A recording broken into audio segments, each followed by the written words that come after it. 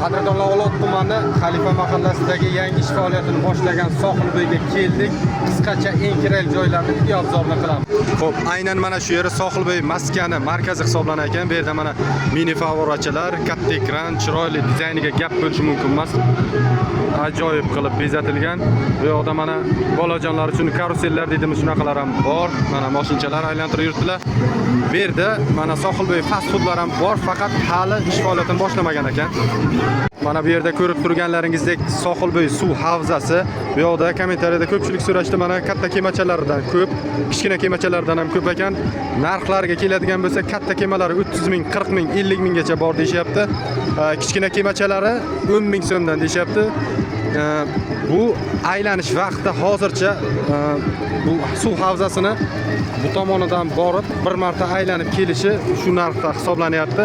Hali ofitsial narx belgilanmagan deyapti. Bolajonlar uchun bu tomonda ikki tomon qatorda batutlar ham joylashgan. Bu tomonida ham batutlar bor nar tomonda.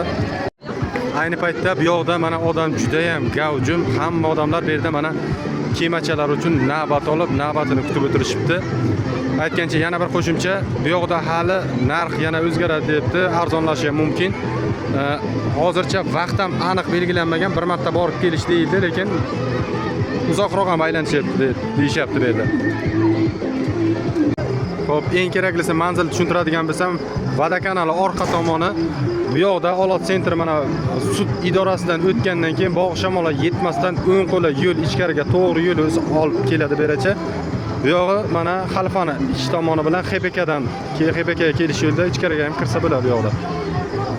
Ikki tomondan yo'l bor kirish yo'li.